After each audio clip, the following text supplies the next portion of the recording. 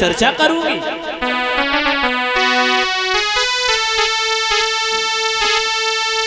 अरे रानी ने मन में कही लली हुई गई बड़ी मेरी श्यानी, और बरयोग सुता हुई गई के सोच रही महारानी।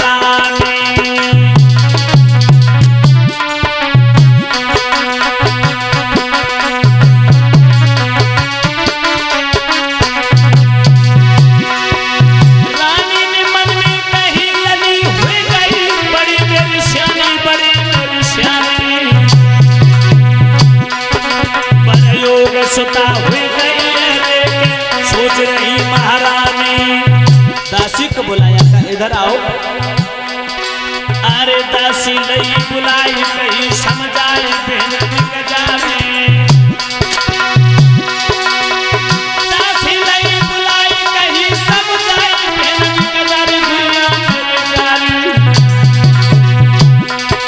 और मेरे महाराज को महल में बुलाए के बहना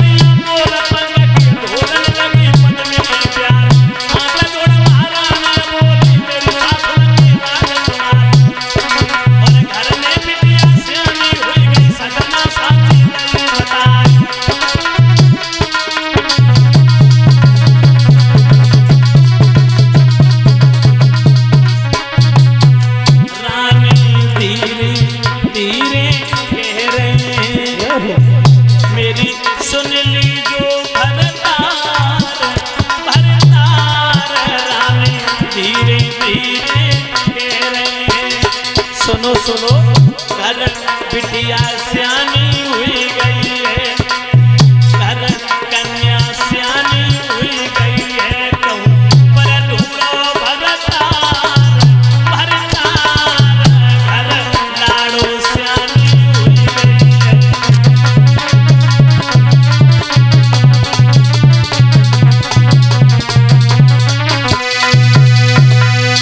आज माता बहनों भाई बंधुओं, जैसे ही दासी को भेज के रानी शुद्धमती ने भीष्मक को बुलाया, राजा को बुला करके दासी आज स्वयं आकर के राजा ने आंगन में पदार्पण किया। रानी ने आता हुआ देखा, आसन डाल दिया।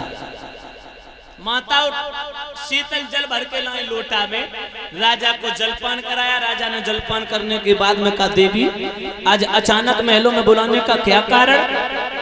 रानी कहने लगी, पिया तुम सारे दिन राजकाज में उलझे रहते हो, घर गृहस्थी के बारे में तुम्हें कोई चिंता ही ना। बिटिया जवान हो गई, जवान कन्या को घर में रखना माता पिता को पाप लगता है। कोई सुंदर घर भर देख के बिटिया के पीले हाथ कर दो, कन्या दान लेकर के पुण्य प्राप्त कर लो। पिया जमाना ठीक नहीं है। परीक्षित जी भीष्मक बोले, देवी ये तो तुमने अच्छा प्रस्ताव रखा, मैं जा रहा हूं। मेरे पांचों बेटा जवान हो गए, समझदार हैं। मैं अपने पांचों बेटों से विचार विमर्श करके कोई सुंदर घर भर की तलाशी करवा के तत्काल विवाह की तैयारियां करवाऊंगा। परीक्षित जी भीष्मक वहां से चले, राज दरबार में पहुंचे और राज दरबार में जाकर के माता बहनों भाई बंधुओं, राजा भीष्मक ने एक प्रस्ताव रखा। जैसे मंत्री ने देखा, देखते ही देखते मंत्री खड़ा हुआ राजा को आता देख करके प्रणाम किया। महाराज महाराज के चरणों में मंत्री का प्रणाम स्वीकारो महाराज। सदा प्रसन्न रहो मंत्री। महाराज बोलिए, क्या कहना चाहते हो महाराज? हम ये कहना चाहते हैं मंत्री, आज कोई इस राज दरबार में कोई मुकदमा नहीं लिया जाएगा। इसलिए महाराज, इसलिए महाराज आज हम इधर उधर की बातें न करते हुए आज अपने घर के ऊपर प्रकाश डालेंगे। घर के ऊपर क्या बात है महाराज, बताओ तो। हमारी कन्या हाँ रुक्मणी विवाह के योग हो गई। बिल्कुल आज उसकी माँ ने इस विषय पर चर्चा की, तो मैं ये आप लोगों से पूछना चाहता हूँ, आप लोगों की दृष्टि में कोई सुंदर राजकुमार हो बताओ। महाराज हाँ। राजकुमार तो हम बता देंगे, लेकिन पहले ये बताओ तुम्हारी बेटी की उम्र कितनी है? बेटी की उम्र है 20 वर्ष। तो लड़का कितने वर्ष का होना चाहिए? 20-22 ज्यादा है तो 20 वर्ष 20 वर्ष चल जाएगा। हाँ महाराज चल जाएगा, 25 चल जाएगा। अच्छा, तो महाराज इससे ज्यादा नहीं। अगर 5 वर्ष के अगर 5 करते हैं तो महाराज? क्यों? क्योंकि 25 वर्ष हो जाएंगे महाराज। क्या रे मूर्ख, क्या है महाराज? मेरी बेटी क्या उनको बच्चा समझ के खिलाएगी? अरे महाराज 25 वर्ष तो हो जाएंगे। तू मूर्ख हो गया रे मंत्री। महाराज तो तुम्हें पता नहीं। उसी समय जो विवाह की चर्चा चली, परीक्षित जी रुकुम जो था चुपचाप पैर दबा के निकल गया, क्योंकि वो तो पहले ही से राजकुमार का चुनाव कर चुका था। उसी समय रुकुम से छोटा था रुकुम माली। भीष्मक बोले, बेटा रुकुम माली जी पिताजी, तेरी दृष्टि में कोई सुंदर राजकुमार हो बेटिया रुक्मिणी के योग है मालूम? हाँ पिताजी। कौन है? महाराज दुर्योधन कैसे रहे? दुर्योधन घमंडी है, अच्छा, अहंकारी है, और जिसकी स्त्रियों की इज्जत ना, उसके हाथ में मैं अपनी कन्या का हाथ दे दूं? एक बात बता रहे रुकुम माली जी, उस दुर्योधन ने दुशासन को आदेश देकर के द्रौपदी को नंगा करने का भरे समान में फैसला सुना दिया। जो छोटे भैया की पत्नी बेटी और कन्या के समान होती है, उसने अनुज वधू द्रौपदी को आज नंगा करने के लिए सभा में घोषणा कर दी। और भला उसके हाथ में अपनी कन्या का हाथ, और पांडव हाथ पे हाथ धर के नहीं बैठे। एक दिन महाभारत होगा, हो सकता दुर्योधन की जान ले ले, तो मेरी बिटिया का रड़ापा काटेगी? कदापि नहीं। रुकुम बाली के मार्ग में नंबर आया रुकुमरथ का बेटा रुकुमरथ।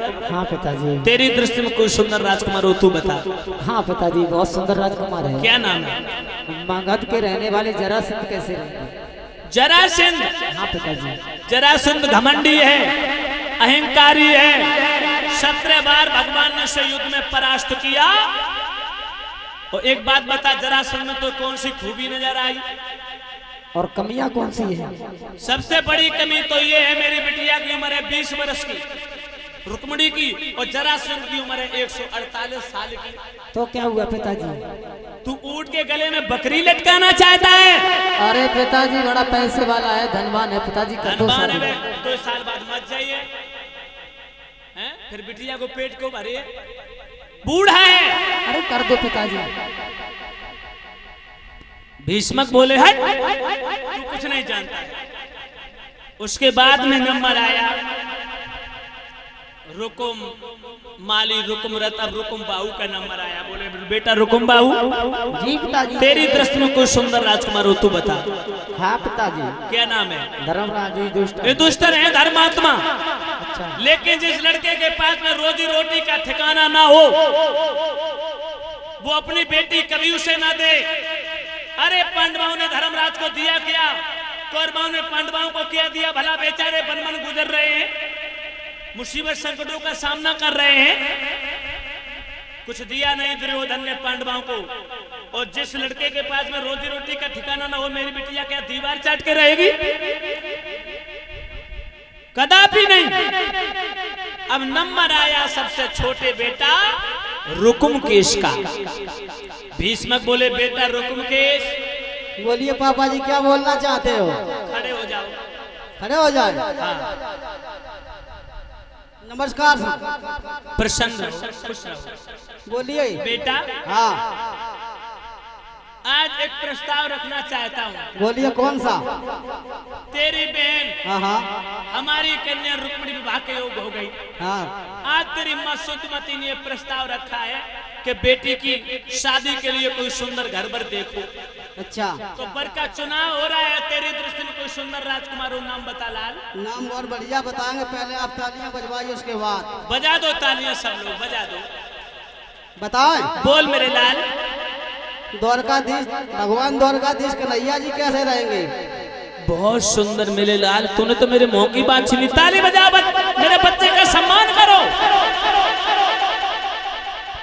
चुल्लू भर पानी में डूब के मर जाओ रे मूर्खो। छोटा है लेकिन बुद्धि में कितना तेज। उसने तो मेरे मन की बात कह डाली, यही तो मैं कहना चाहता था।